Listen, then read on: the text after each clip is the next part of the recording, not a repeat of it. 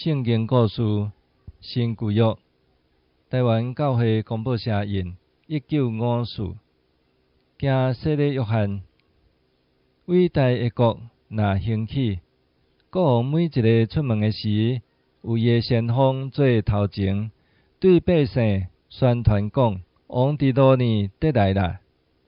旧约的众先知有讲起，犹太人的王得要来，伊找一个先锋来备办主的路。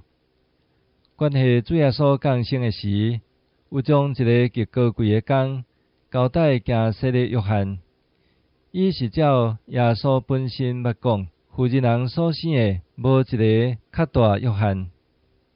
约翰是真谦卑的人，伊本身看伊做一个声若定，讲起要来的基督，互百姓听，一款替上帝讲话的人若定。伊徛起伫乡下，食真简单的米，毋过伊开喙讲道理的时，伊拢无惊什么。迄时的人真无关心宗教的事。约翰苦劝因反悔，变换因的心来脱离要来的刑罚。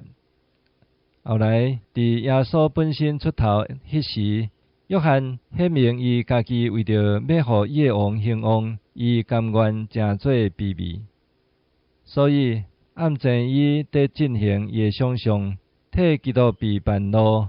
伫伊遮的路有显明，伊的确兴旺，我的确衰微。咱受即号有信心的传道理的人，惊洗礼约翰的感动甲引带，因为伊是真通敬听的人。